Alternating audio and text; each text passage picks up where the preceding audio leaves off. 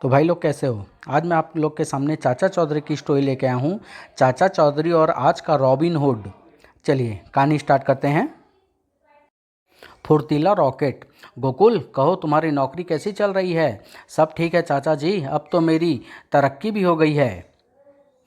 मुबारकबाद, लेकिन तंबाकू खाना सेहत के लिए अच्छा नहीं। मैंने वह खाना छोड़ दिया है। तुम में दो अवगुण हैं, एक तो तुम तंबाकू खाते हो, दूसरा झूठ बोलते हो। आप क्या कह रहे हैं। देखो रॉकेट तुम्हारे ब्रीफकेस को सूंघ रहा है, इसका मतलब है कि उसमें कोई नशीली चीज़ है। मैंने झूठ बोला था, मैं तंबाकू ब्रीफकेस से निकाल कर फेंक देता हूँ। झूठ कभी छुपता नहीं। वह व्यक्ति हमें रुकने का इशारा कर रहा है। चाचा चौधरी, मैं कस्टम अधिकारी राव हूँ, हमें तुम्हारी मदद चाहिए। एयरपोर्ट पर तस्करी बढ़ गई है, हम पूरी मुस्तैदी बरतते हैं, फिर भी स्मगलर्स हमारी आंखों में धूल झोंक कर निकल जाते हैं। आपको मेरे साथ चलना होगा। क्या मैं चलूं? नहीं साबू, इस काम में मैं ही काफ़ी हूं। चलिए। एयरपोर्ट पर कृपया सिक्योरिटी चेक के लिए सारे पैसेंजर्स लाइन में आएं। स्क्रीनिंग के लिए अपना सामान रखिए। हवाई जहाज़ उड़ान के लिए तैयार है। सभी यात्रियों से अनुरोध है कि वे जाकर जहाज़ पर बैठें।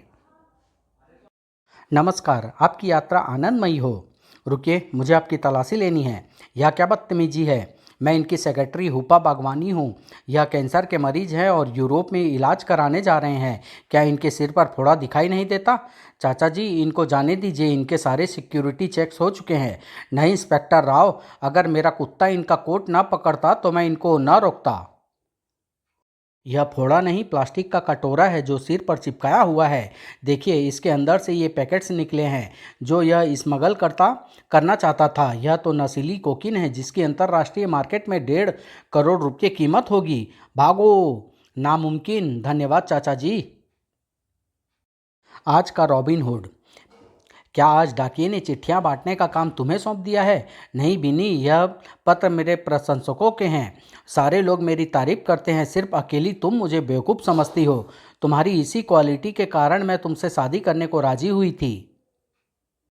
साबू आओ, हमें दूसरे शहर में किसी से मिलने जाना है। रास्ते में जंगल पड़ता है, रात होने से पहले अगले शहर पहुंचना है। जंगल में। रॉबिन हुड साहब, क्या कोई इधर आ रहा है? हाँ, एक बस। यहाँ हरियाली में पिकनिक अच्छी मनेगी, मगर आगे पेड़ की वजह से रास्ता रुका है, अब क्या होगा? अगर 500 रुपया दो तो मैं इस पेड़ को हटवा सकता हूँ। रकम ज़्यादा है तो खुद इसे हटा लो। क्या पागल हो गए हो? छोटे बच्चे इतने भारी तने को कैसे उठा सकते हैं? तो फिर रकम निकालो। ठीक है, यह रहे 500 रुपये। साथियों, तने को हटा दो। तुम बस ले जा सकते हो, चलो। धन्नू कहो कैसी रही? बहुत अच्छी रॉबिन साहब। कुछ देर बाद जंगल सुनसान है, शहर पहुंचने के लिए यहाँ से गुजरना पड़ता है। कार क्यों रोक दी? आगे रास्ता बंद है। सेठ, अगर 500 रुपये दो तो यह तना हटाया जा सकता है। यह लो रुपये, जल्दी करो, हमें शहर में शादी में शामिल होना है। यह तो सरासर ठगी है। कुछ देर बाद डग डग, तुम्हें रुकना होगा, आगे रास्ता बंद है। भाई, रास्ता क्यों रोक रखा है? 500 रुपया अदा करो, तना उठा देते हैं। यह रकम ज़्यादा है तो खुद तने को उठाकर एक तरफ कर दो और रास्ता बना लो। यह बुढ़ा इतना भारी तना क्या उठा पाएगा? साबू, हु हुबा, तने को नीचे गिरा दो वरना गोली मार दूंगा। लो, बचाओ। साबू आओ चलें। बादशाह बिल। भोलू, आज कौन सा दिन है? इतवार, छुट्टी का दिन। आज के दिन बैंक में डकैती डालने का फ़ायदा यह है कि हमारे काम में रुकावट डालने वाला कोई नहीं होगा। और ख़राब बात यह है कि इमारत के सारे खिड़कियां दरवाजे बंद होते हैं, लेकिन गोंदा अंदर जाने का कोई ना कोई रास्ता मिल ही जाएगा। चलो बिल्डिंग का निरीक्षण करते हैं। इस तरफ आओ, शायद कोई खिड़की खुली मिल जाए। उस रोशनदान से हम बैंक के अंदर प्रवेश कर सकते हैं, लेकिन उतनी ऊंचाई तक हम पहुंचेंगे कैसे? मैं कोई चीज़ ढूंढता हूं जो हमें वहां तक पहुंचा दे। आहा, सीढ़ी। मुझे वह सीढ़ी चाहिए। चलो इसे वहां दीवार पर लगाओ। अब हम आसानी से अंदर जा सकते हैं। किक। आऊ। धड़ाम। गोली नहीं चलाना, हम जाते हैं। बाजार से सीढ़ी लाने में इतनी देर, मैं घर को रंग रोगन करने के लिए इसका इंतजार कर रही थी। बिनी, मुझे वापस जाना है। चाचा जी, अभी आप आए हैं, इतनी जल्दी वापस जा रहे हैं? साबू, कुछ डाकू बैंक को लूटना चाहते हैं। मुझे डर है कि कहीं वे वापस आकर दोबारा कोशिश ना करें। बादशाह बिल, भोलू गोंदा, क्या पैसा लाए? नहीं चीफ, हमारी कोशिश फेल हो गई। नाकामयाब होना बादशाह को पसंद नहीं। एक बार जिस बैंक पर हमने निशाना लगा दिया उसका पैसा हमारे पास आना चाहिए। यह काम मैं खुद करूँगा। चलो। हमें सूचना मिली है कि उस जगह पर करोड़ों रुपया आया है। देखो, ताले ऐसे खोले जाते हैं। स्ट्रांग रूम में चलो। हा हा, यह सारी दौलत बादशाह की है। करेंसी नोटों से भरे बॉक्स ट्रक में ला दो। क्या और बक्सा है? नहीं, सारे ट्रक पर लाद दिए गए हैं। चलो। देखा, बादशाह ने सब आसान कर दिया। ओह, वह बैंक को लूट कर जा रहे हैं। हमें पहुंचने में कुछ देर हो गई। साबू, यह पटाखा चलाकर भागते हुए ट्रक के ऊपर फेंको। जाओ। भड़ाम। यह आवाज़ कैसी? बादशाह उतर कर देखना होगा, कहीं टायर पंचर तो नहीं हो गया। टायर तो सही सलामत है। तुम्हें सारा पैसा बैंक वापस ले जाना होगा। मारो उसे।